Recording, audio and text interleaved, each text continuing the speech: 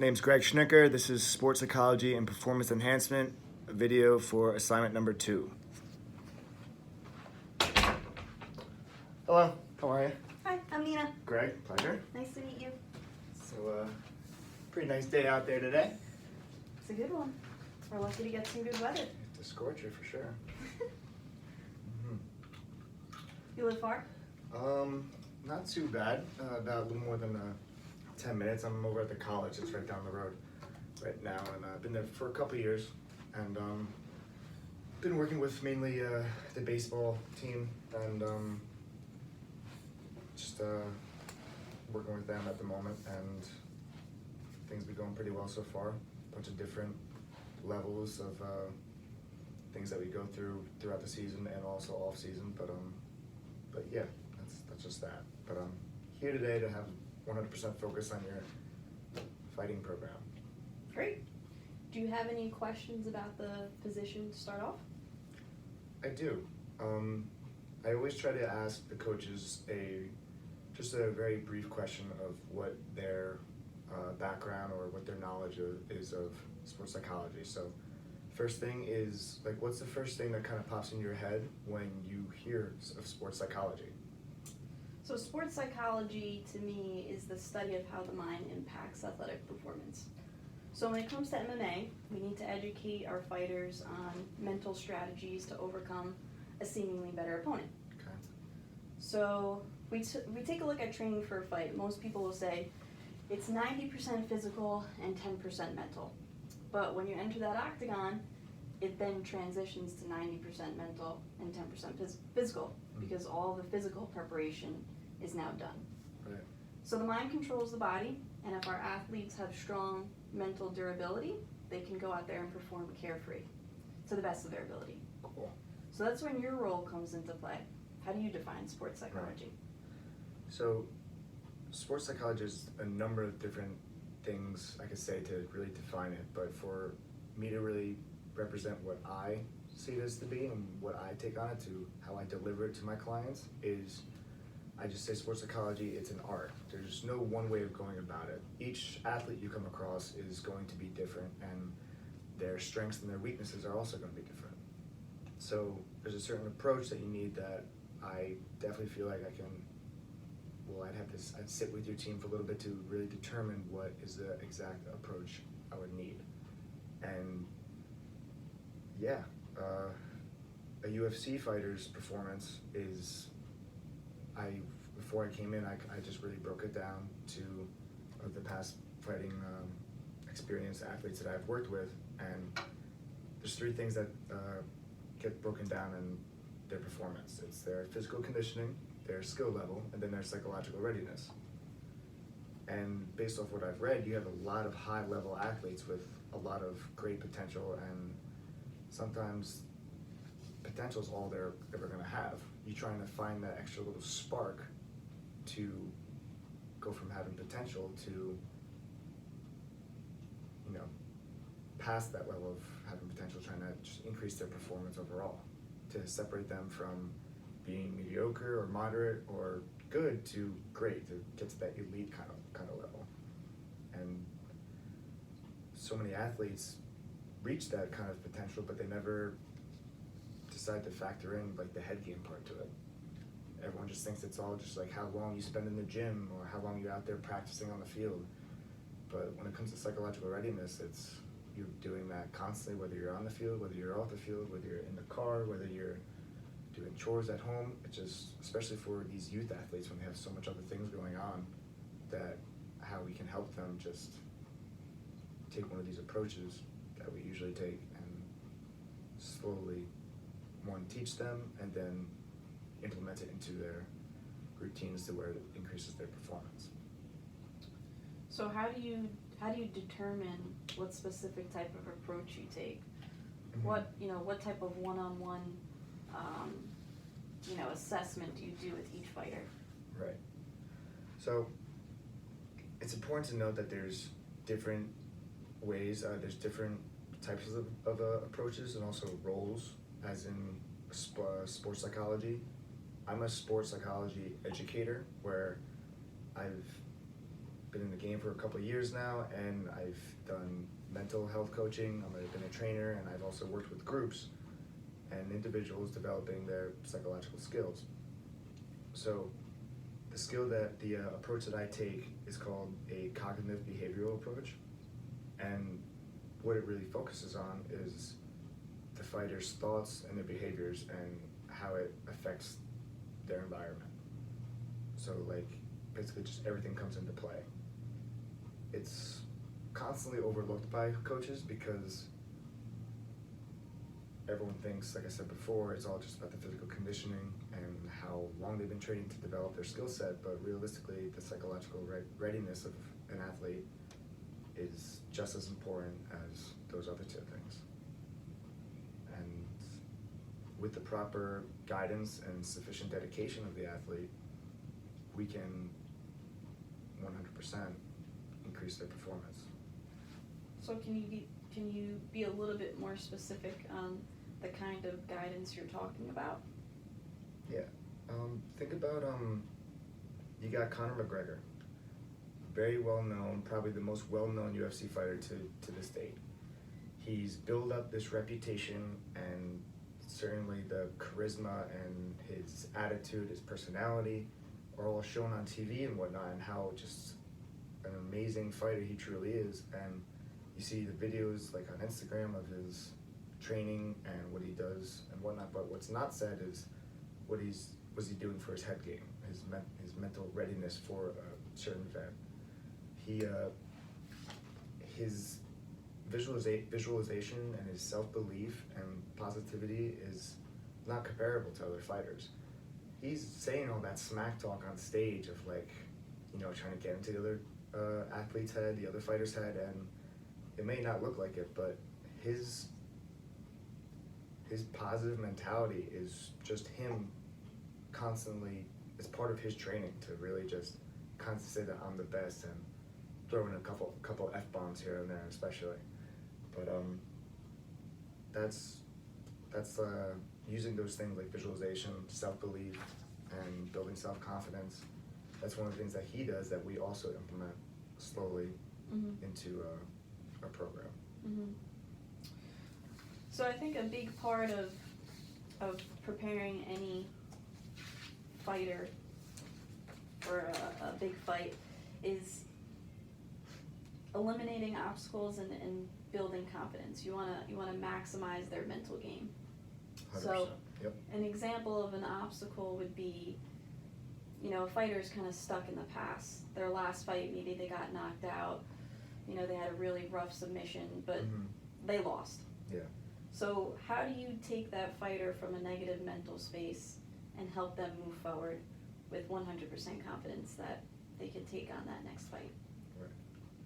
Obviously, you can't just wipe a slate clean and start from the beginning. The athlete's going to be definitely banged up, both physically, definitely mentally, because it's a confidence hitter. It just shoots you down.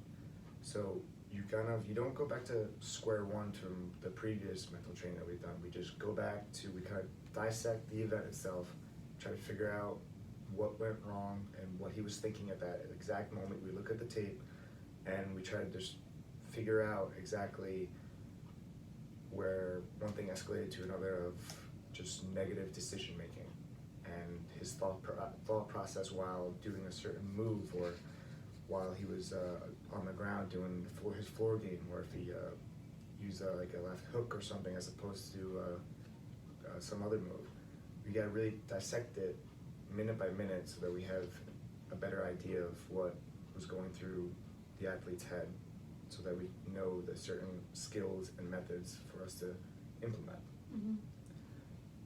With that being said, it is also the guidance that they need. And I said before, with the proper dedication and guidance, an athlete could definitely buy into our program to see a significant difference with their performance. So when I first meet your fighters, they're going to just see me as basically just a guy with a guy named Greg. They have no idea who I am. But in time, we gotta build a little bit of rapport. can't just go in there and start barking orders or telling them what to do or telling them what to try. It's just gonna go in one ear and one out the other. Gaining rapport with your clients, we initially go through like team building exercises to get a better idea of the psychological skills and methods that your athlete, your fighter needs.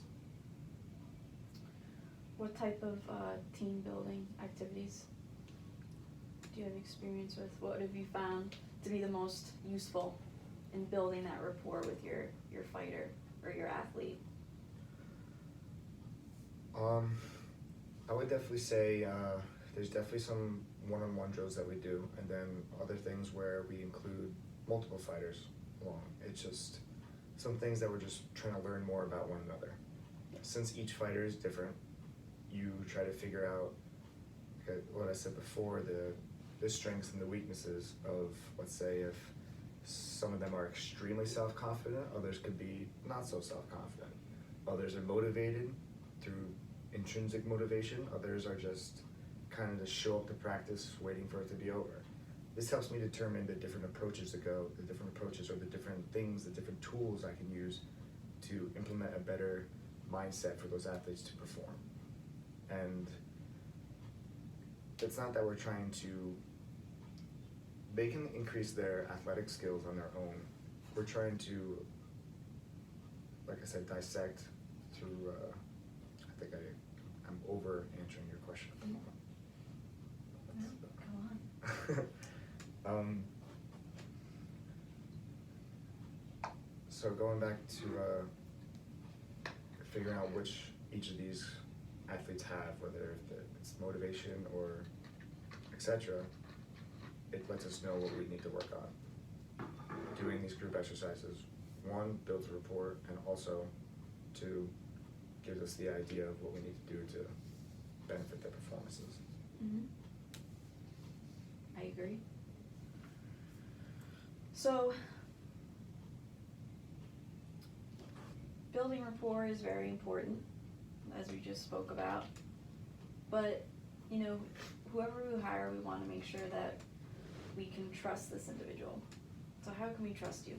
How do we know that you're a trustworthy, dedicated coach that's going to do whatever it takes to prepare these athletes for battle? Great question. Very good question.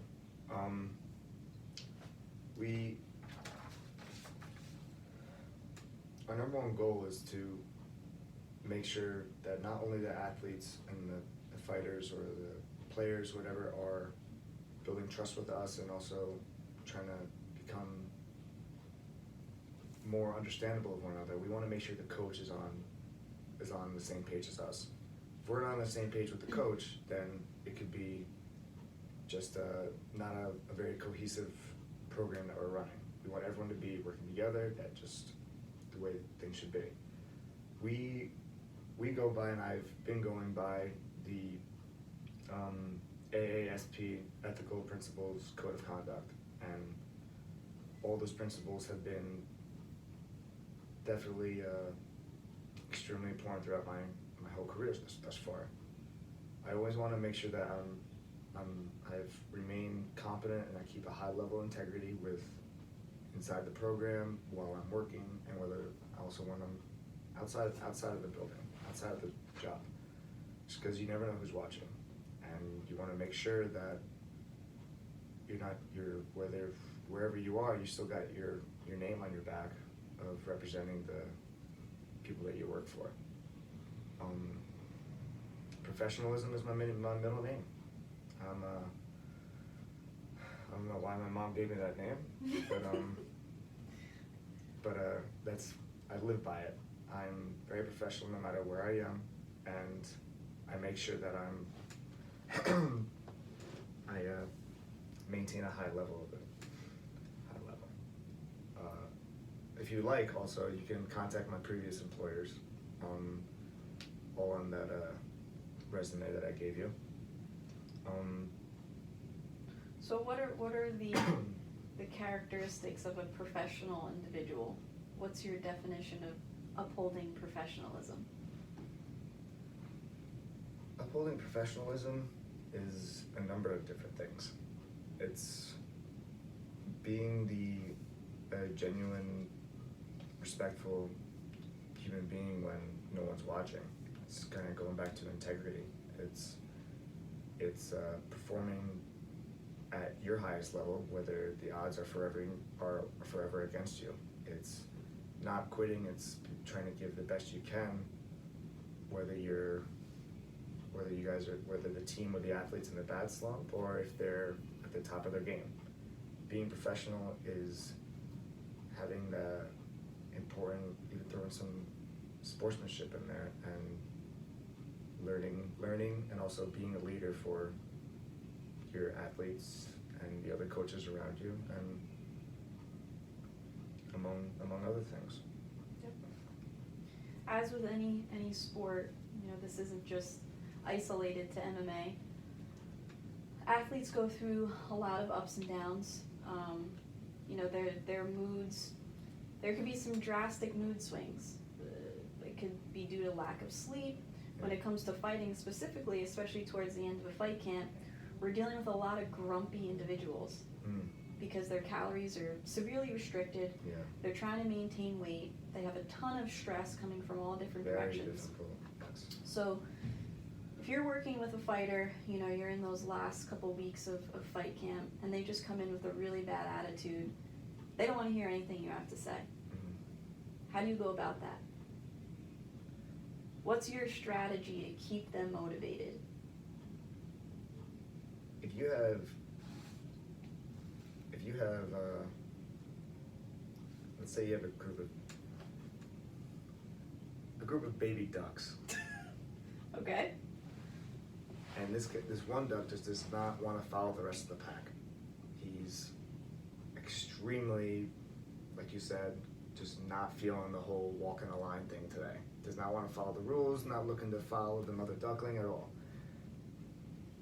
You gotta just maintain and try to maintain authority with the front ducklings, and the one in the back's gonna eventually realize that he needs to follow to maintain that straight line and to maintain the goal of moving forward.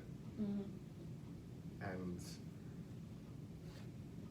as I work more and more with these fighters, you learn more about them. You learn about what's going outside of the gym and what other kind of issues that they're dealing with. And yeah, it's all very strict dieting and so much other stress that comes into play with their workout regimens and their workout programs.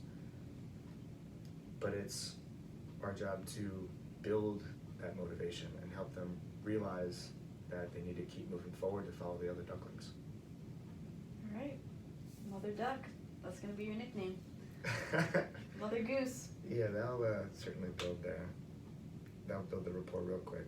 Mm-hmm. Following a mother duckling. I could have went with a different one probably. So do you have any questions for me?